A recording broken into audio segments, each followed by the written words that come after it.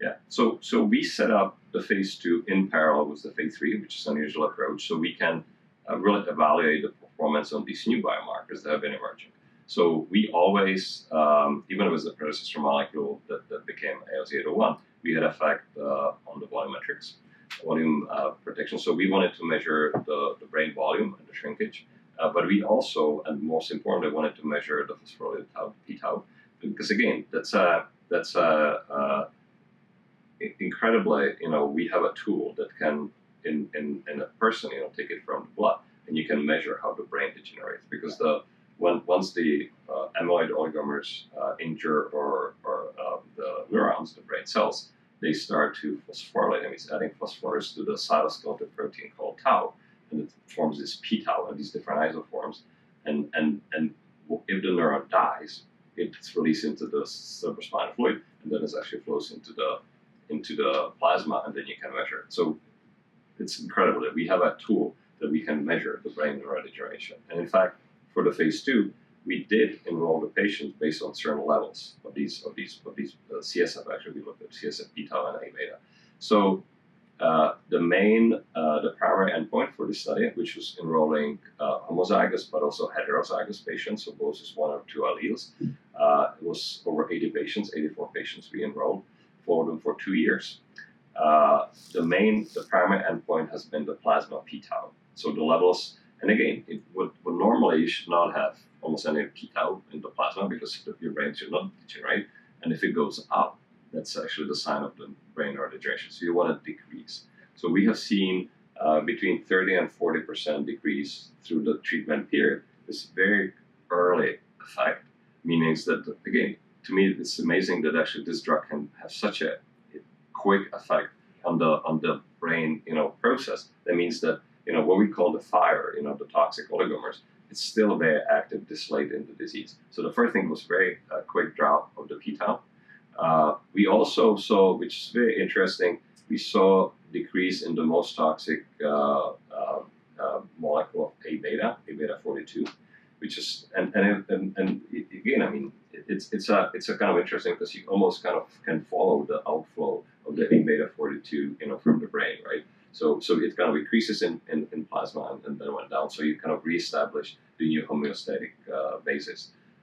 And again, then we were measuring the brain volume, and we saw effect. Now we didn't have an active, active and placebo. This was an open-label study, so we used 80 neuroimaging initiative patients that we, matched actually these to our patients, and we saw over 20% effect on slowing the atrophy of the brain over 2 years.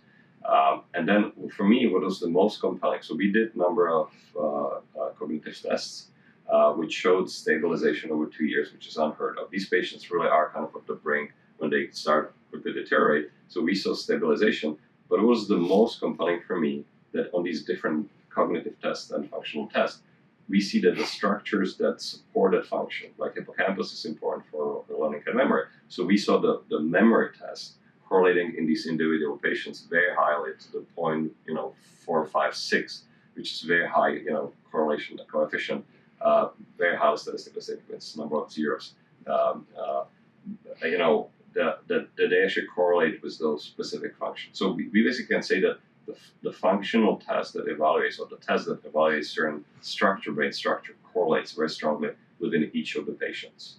So to me, again, it's great to have a p-tau reduction. Again, it was actually double what the antibodies have shown. It's great to have the effect on the brain volumetrics. Again, we don't have a placebo group, but compared to ADNI, it was actually, again, about double what the other programs have seen, maybe more. And then, but again, to me, the cognitive stabilization in these patients, which again, it's unheard of in this population, and then the correlation in these individual patients, are you protecting the structure, and you see the effect on the clinical measure.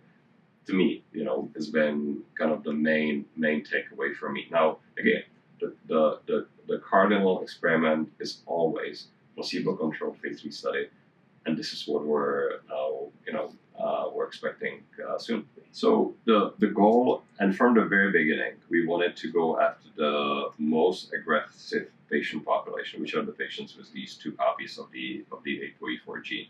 And again, as we now learn from the Fortea paper, from the Nature Medicine paper, they are very unique. They are really distinct, from everybody else. And again, the role of the ApoE4 genotype, that was my PhD way back, is really that you impair the clearance of the amyloid from the brain, right? So think about your problem of neurodegeneration is a problem of clearance. That's why you get Alzheimer's, Parkinson's, ALS, and so forth. There are different proteins that cause those diseases, but the ApoE4 genotype specifically impairs the clearance for amyloid through the LRP1 receptor.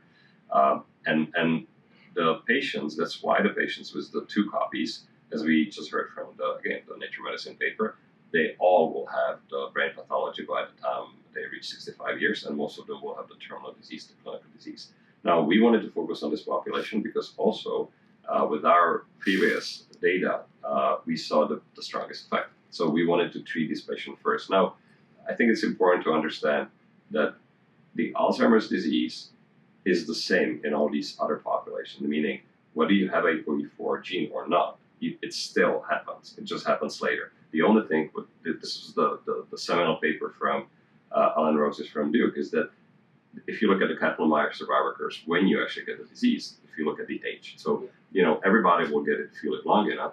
It just shifts to the left, to the earlier age, if you have 1 copy or 2 copies. And with 2 copies, it's almost a decade earlier. And the increase of the risk is estimated between 8 to 12 times, means 800 to 1200%, increased risk for the 2 copies, and about 3 to 400% for the 1 copy patients. So it's really very dramatic impact on these patients. So our goal has been to enroll these patients, which, by the way, we have the largest cohort of these ApoE4 homozygotes. We enroll, which is a study, that we screened about 6,000 patients to actually get these 350 patients. And again, we're going after, in some ways, about after the highest. These are the patients who are the hardest to treat. They have the most aggressive course. The disease started much earlier and so forth. So that's the population. Now, because we still need to prove to regulators that the drug works on the clinical measures, we still enroll the population with what we call early Alzheimer's, which is the MCI patients and their mild AD patients.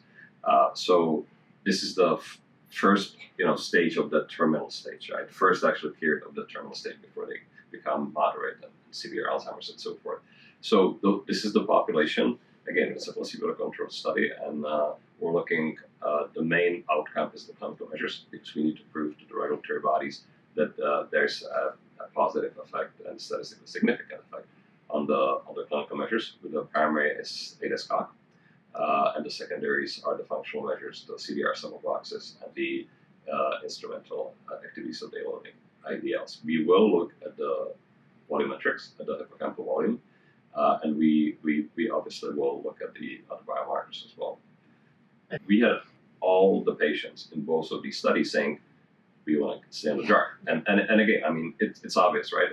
And it's ethical obligation from us, because they consented to actually work with us in the study to provide the drug until we have a result of the phase 3, or until the drug is actually on the market, right? So we considered, again, we're grateful for the patients, the families, that actually work with us on these studies. So we provide the drug in open label. Now we have data, especially from the phase 2 study, that now patients are reaching the 4th year of the treatment, and we have data from the long-term extension, especially in the phase 2, because that has been going on for another year after the first 2 years.